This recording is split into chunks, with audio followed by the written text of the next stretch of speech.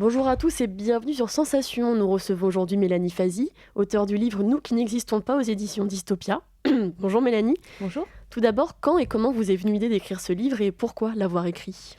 Alors ça remonte à... C'est en juin 2017, je crois. En fait, ce livre est né d'un billet qui est paru sur mon blog et qui a été un moment vraiment très important dans ma vie. Je l'appelle maintenant mon coming out, puisque c'est un moment où j'ai ressenti le besoin d'écrire sur quelque chose que je gardais jusque-là comme une espèce de secret honteux, et qui était le fait d'être quelqu'un qui ne fonctionne pas en couple, en fait. C'est-à-dire que je n'ai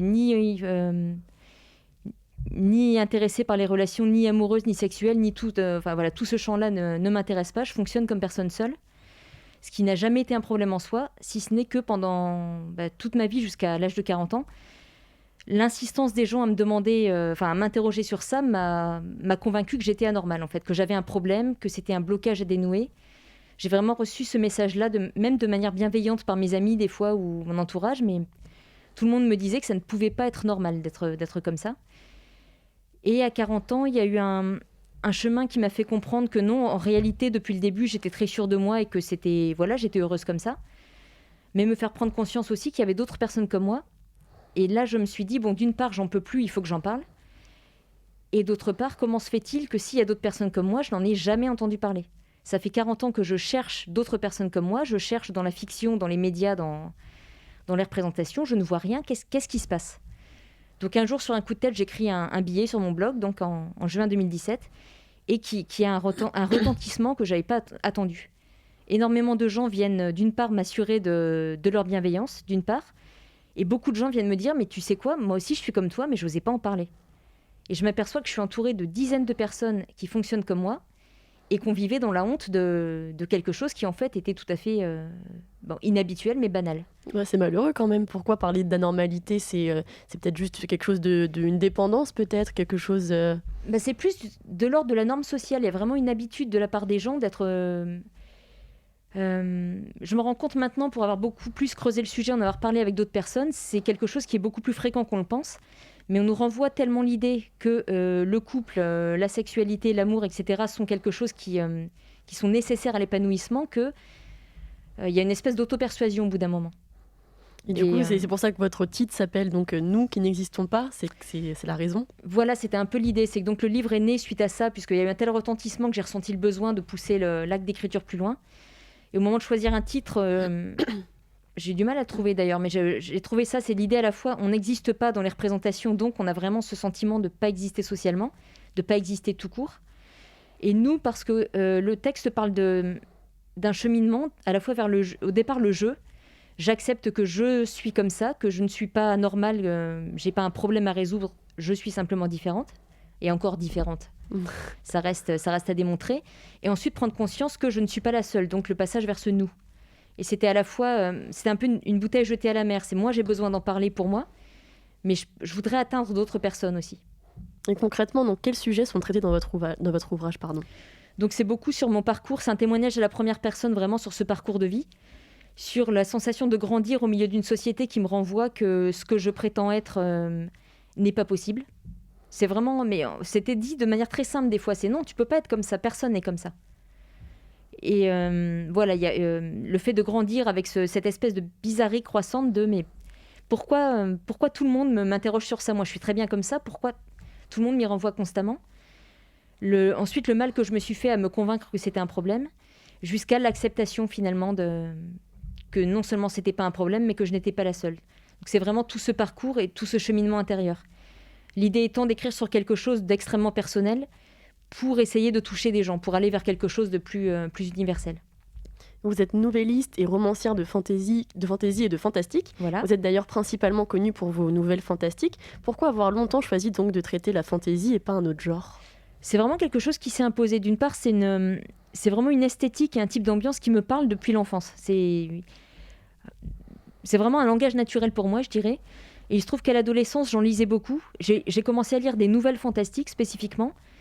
Je me suis amusée à en écrire un peu par imitation et je m'y suis trouvée très bien. Et avec le recul, je pense qu'il y a à la fois les ambiances, le côté mystérieux, l'esthétique, et aussi par rapport à, par exemple, la science-fiction, qui est beaucoup plus un genre politique ou social, on va dire.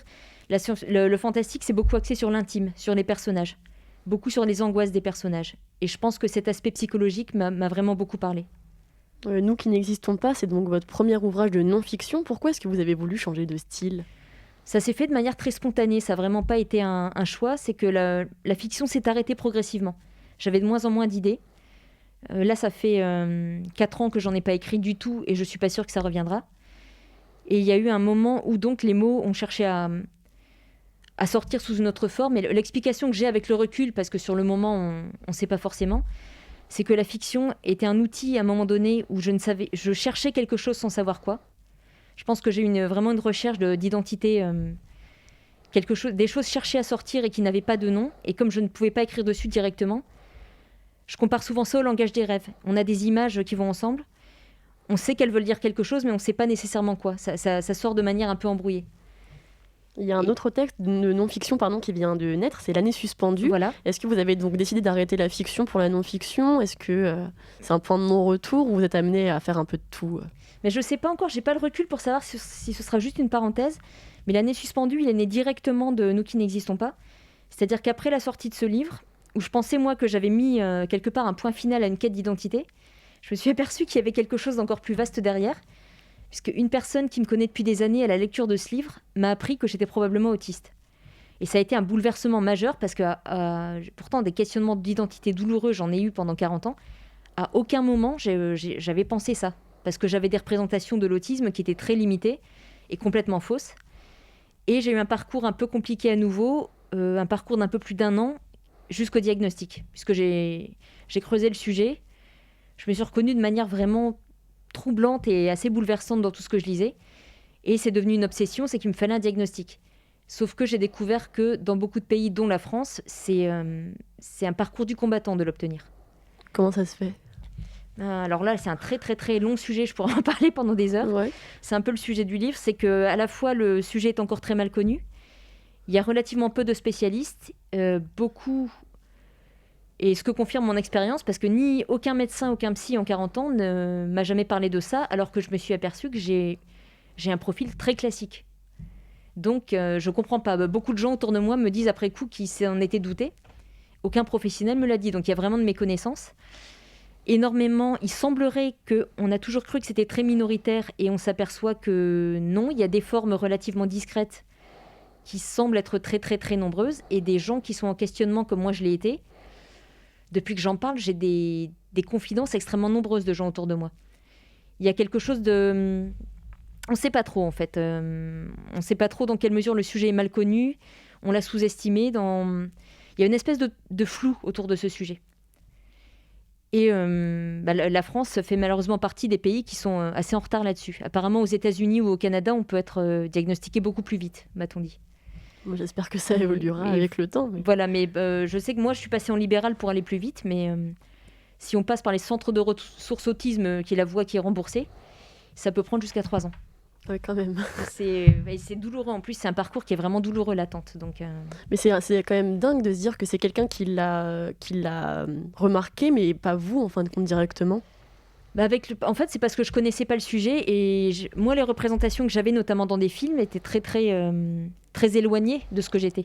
Alors, par contre, je m'étais identifiée à des personnages qui ont des traits autistiques sans comprendre qu'ils l'étaient. Tout ça, je l'ai compris a posteriori. Il y a vraiment une impression de vertige et de trouble. C'est vraiment ce que... En fait, L'année suspendue, c'est un livre sur ce trouble, vraiment. Il y a quelque chose d'extrêmement vertigineux dans le sujet, dans ses contours qui sont un peu flous, dans la méconnaissance, et dans précisément cette question, celle qui est le cœur du livre, comment j'ai pu ne pas m'en rendre compte pendant 40 ans. Et je m'apercevoir que je suis très loin d'être la seule. En quelques mots, est-ce que vous avez des projets d'écriture, des idées ? Mais là, dans l'immédiat, pas vraiment, puisque d'une part, j'ai un livre qui est sorti il y a 2 semaines et je suis encore dans cet élan, vraiment, c'est encore très présent. Et d'autre part, je suis pas quelqu'un qui a des projets à l'avance tellement. Souvent, ça s'impose, ça émerge à un moment donné. Et c'est pas prémédité. Oui, voilà, les 2 derniers livres, ils sont sortis vraiment d'une nécessité de parler de choses très personnelles. Et moi, quelques mois avant de les écrire, je savais pas que j'allais les écrire. Donc, je pense que... Là, je suis à un endroit où je pense que l'écriture va revenir. Je ne sais pas sous quelle forme. Je suis très curieuse moi-même de savoir ce qui va revenir. Mais là, c'est absolument impossible de me projeter. On a hâte de voir ce qui va arriver. Et moi aussi. Merci Mélanie Fazi d'avoir été avec nous sur Sensation. Je Merci rappelle que vous êtes l'auteur du livre Nous qui n'existons pas aux éditions Dystopia. Vous pouvez retrouver cette émission en podcast audio et vidéo sur notre site et application Radio Sensation.